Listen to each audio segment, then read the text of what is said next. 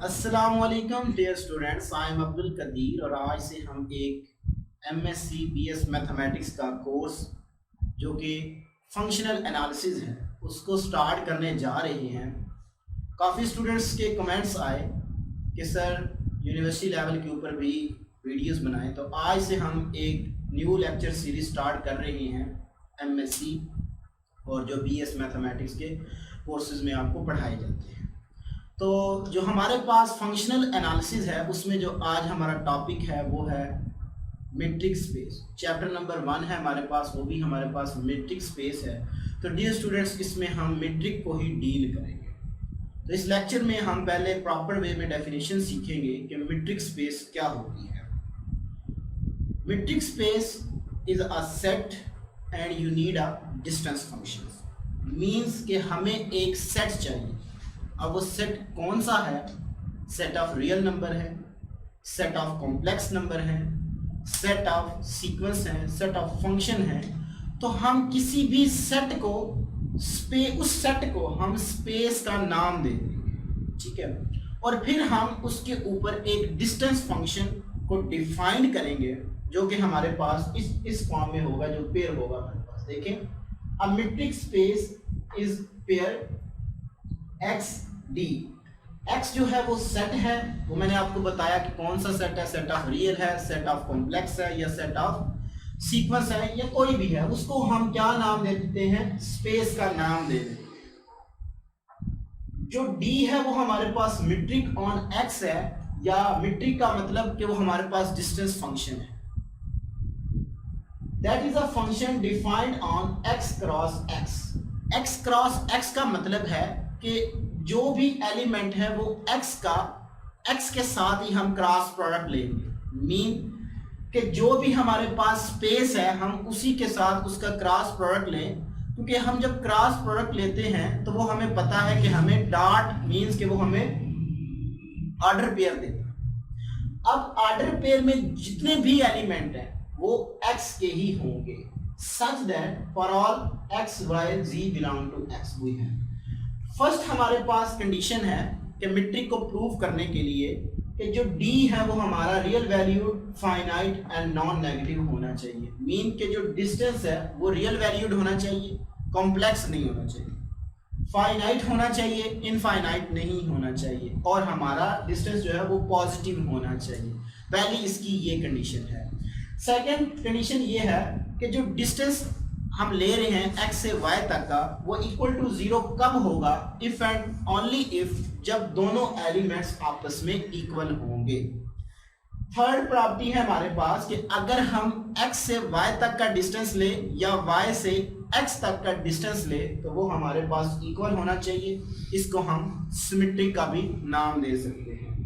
Third property है जो कि हमारे पास है ट्रायंगुलर इनइक्वालिटीज। ये थोड़ी कॉम्प्लिकेटेड प्रॉपर्टी है कि d का अगर x और y से डिस्टेंस लें और उसके अंदर कोई भी एक पॉइंट है z, वो लेस देन होगा डिस्टेंस ऑफ x से z तक प्लस डिस्टेंस ऑफ y से z से y तक का जो डिस्टेंस होगा वो ऑलवेज लेस देन या इक्वल टू होगा।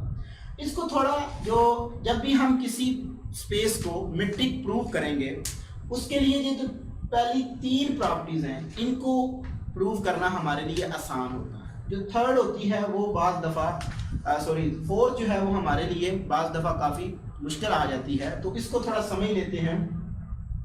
इससे पहले कि ये जो हमारे पास जो ये हमने M1, M2, M3, M4 लिखे हैं, इनको हम क्या नाम देते हैं? Axiom of the metric space. Mean ये जब हमारे पास प्रूव होंगे, चारों की चारों एक्सियम प्रूव हो जाएंगे, तो हम कहेंगे कि वो जो स्पेस है वो हमारे पास क्या है?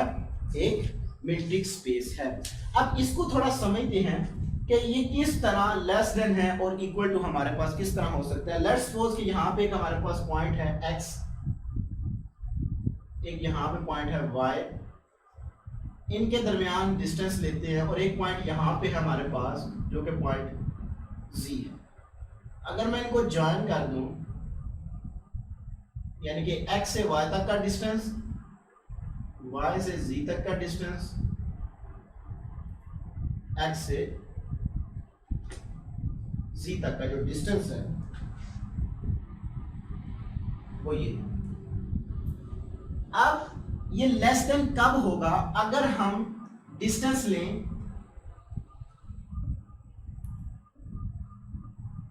x से y तक का जो डिस्टेंस है वो लेस देन होगा distance of xz plus distance of zy।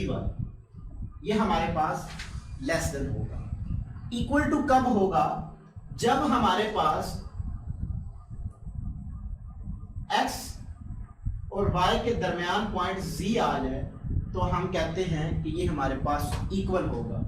Distance of x से y is equal to distance x z plus distance zy। In other case ये क्या होगा?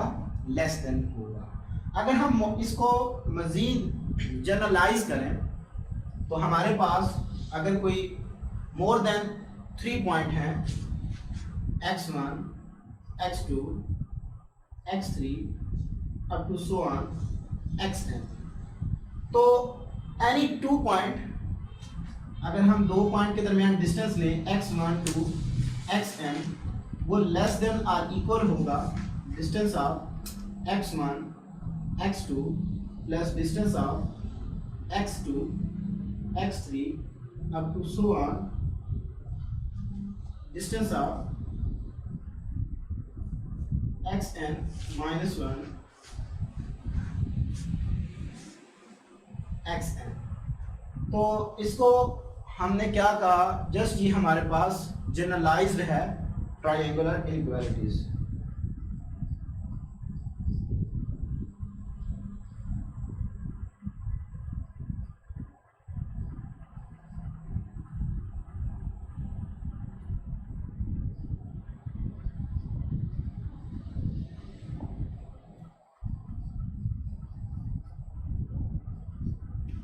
इस वीडियो में हमने सीखा कि मीट्रिक स्पेस क्या होती है। You need a set and you need a distance function. Next lecture में हम इंशाल्लाह तबारक ताला सब स्पेस को डील करेंगे। Thank you so much.